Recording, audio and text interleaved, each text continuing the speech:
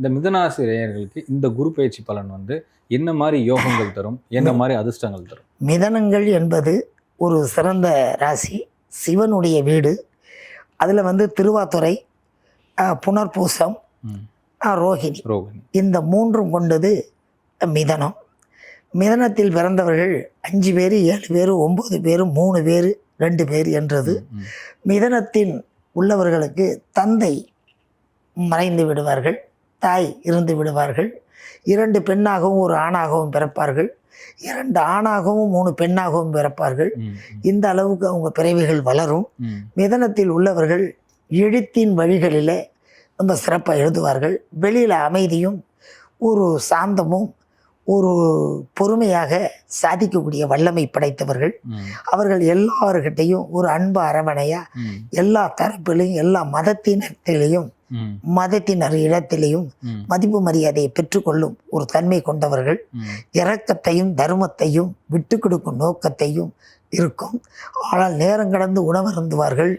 நல்ல உழைப்பாளியாக இருப்பார்கள். கடவுள் பக்தியாக இருப்பார்கள். சிவன் மீதும் முருகன் மீதும் எல்லா அம்மன் மீதும் எல்லா தெய்வங்கள் மீதும் நட்பு கொண்டவர்கள். ஆகையால் அவர்கள்ட்ட காமம் இருக்கலாம், கலை இருக்கலாம், முக கவர்ச்சி இருக்கலாம், நிகழ்ச்சியோ இருக்கலாம், மகிழ்ச்சி இருக்காது. அவர்கள் தோல்வியும் துயரமும் கஷ்டங்களும் கண்ணீரும் துன்பங்களும் துயரங்களும் கடந்து வந்துகிட்டு இருப்பதற்கு காரணம் கையில் காசு பணம் தங்காது, இறக்க மனசு, யாருக்காவது அள்ளி கொடுத்துட்டு கஷ்டப்படுவார்கள், விட்டு கொடுத்துட்டு கஷ்டப்படுவார்கள். இருப்பதை வேட்டியை தவிர பாக்கி எல்லாத்தையும் கொடுத்துவாங்க, வேட்டி மட்டும் கட்டின்னு நிற்பாங்க. இதுதான் அவங்கக்கிட்ட உள்ளது. ஆனால் அதில் பிறந்தவர்களுக்கு தாரம் 3. சில நேரங்களில் தாரம் இறந்துவிடும், சில பேருக்கு தாரம் இருந்துவிடும், இருந்தும் விகாரத்து பண்ணிடுவார்கள். சில பேருக்கு 2 தாரம் போன பிறகும் மறுதாரம் கட்டி இருப்பார்கள். சில பேர் கட்டிக்காமல் இன்னொருத்தரோட ஒட்டி இருப்பார்கள். இதற்கெல்லாம் காரணங்கள் மிதனத்தில் உண்டு.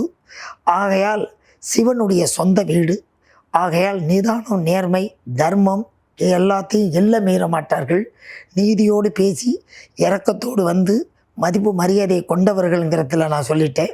ஆனால் அந்த காமம், காதல், இந்த மாதிரி பிரிவு, மனைவி 2 ஒன்றுங்கிறதுக்கு அது என்னன்னு எனக்கு தெரியாது. இறைவனுடைய தீர்ப்போ அவர் பிறவியுடைய விதியோ. அதனால் அவர்கள் அப்படி மாறுகிறார்கள்.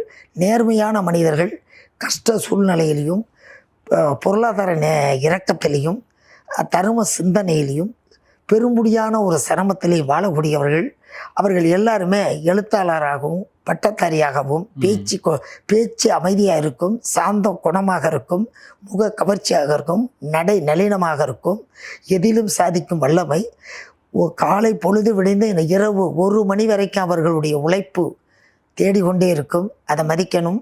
இறைவனுக்கே அது சாந்தமாக இருக்கும். ஏன்னா அவர் உழைப்பு எதையும் தடுக்க மாட்டார்கள். வருகிறேன், செய்கிறேன், உழைக்கிறேன், உங்களுக்கு அதை நான் செஞ்சு தரங்கிற ஒரு மதிப்போடு நடக்கக்கூடிய நல்ல எண்ணம் கொண்டவர்கள் மிதன ராசியில் பிறந்தவர்கள்.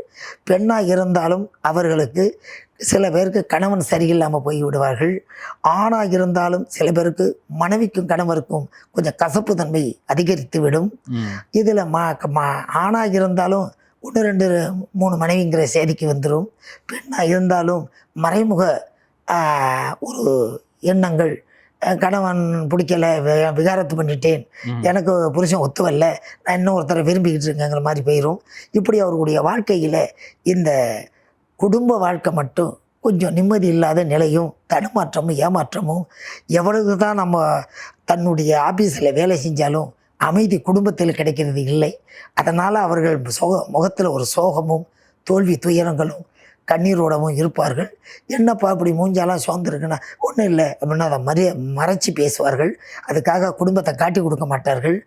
அவர்கள் ரொம்ப சிரமத்துக்கு உள்ளானவர்கள் தான். இருந்தாலும் இறைவன் அவர்களுக்கு நல்வழியை காட்ட இந்த குரு பகவான் குறையில்லாமல் வருகிறார். அவர்களுக்கு பெரும் ஆதாயத்தை அள்ளி தந்து கடல் தாண்டி சம்பாதிக்க சொல்லி போதுமான காசை கொடுத்து போதுமான அளவு வீடு வாசலை கட்ட சொல்லி பொறுமையோடு மனைவியோடு சேர்ந்து வாழ சொல்லும் வல்லமையை இந்த குரு அவர்களுக்கு அள்ளி கொடுக்கிறார். சில வழிகளை சொல்லி கொடுக்கிறார். இதுதான் உண்மை. சூப்பர். ரொம்ப அழகாக விளக்கம் கொடுத்தீங்க மிதுன ராசிக்கு.